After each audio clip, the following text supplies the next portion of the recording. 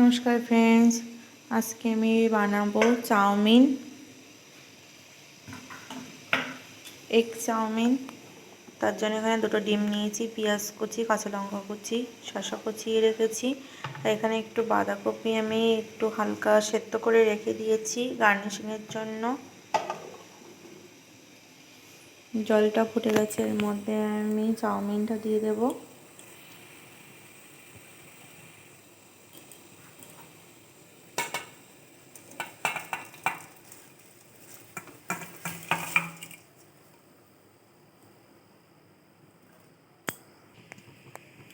চাউমিনটা দিয়ে দিয়েছি, এর মধ্যে একটু সেদ্ধ হতে লাগুক 5 মিনিট মতো।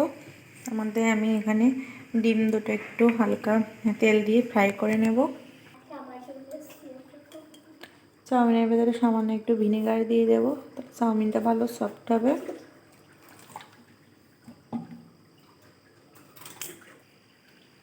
কড়াই তেল দিয়ে দিয়েছি, তেলটা গরম হয়ে গেলে এর মধ্যে ডিম দিয়ে দেব। তেলের মধ্যে দুটো ডিম আমি দিয়ে দিয়েছি, ভালো করে নেড়ে চেড়ে ভেজে নেব। এর মধ্যে এখানে চাউমিনটা ভালোভাবে সেদ্ধ হয়ে গেছে, এবার নামিয়ে ছেঁকে নেব।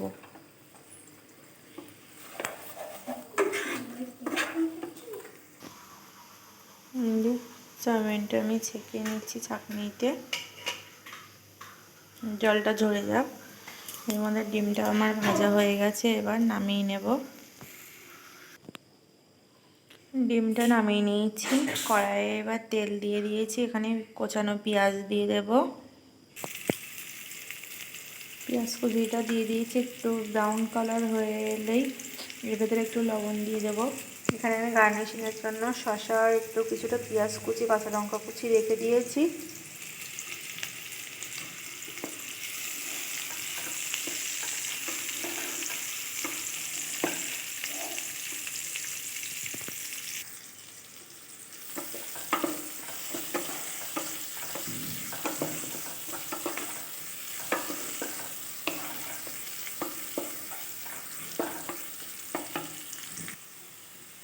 পেঁয়াজটা একটু ভাজা ভাজা হয়ে গিয়েছে, এবার আমি এখানে একটু অল্প পরিমাণ লবণ দিয়ে দেবো।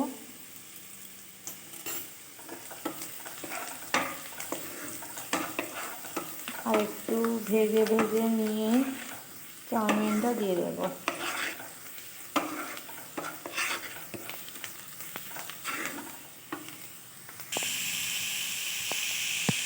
চাউমিনটা দিয়ে দিয়েছি, এবার ভালো করে নেড়ে চেড়ে মিশিয়ে নেব পেঁয়াজের সঙ্গে।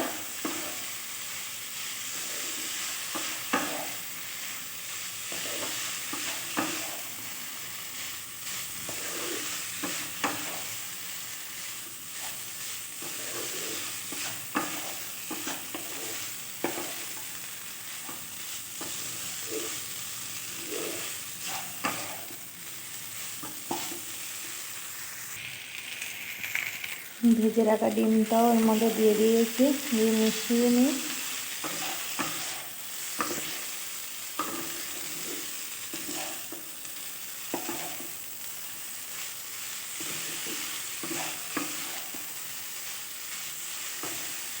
চাউমিনের টেস্টটা ভালো আনার জন্য আমি এখানে একটু ম্যাগি মশলা ইউজ করব।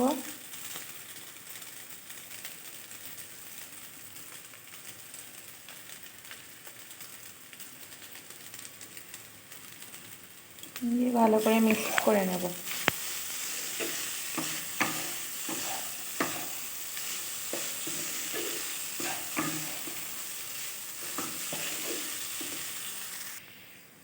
ম্যাগি মশলাটা দিয়ে ভালো করে মিশিয়ে নিয়েছি, এবার এর মধ্যে আমি একটু চিলি সস দিয়ে দেব, বেশি না সামান্য পরিমাণ দেব।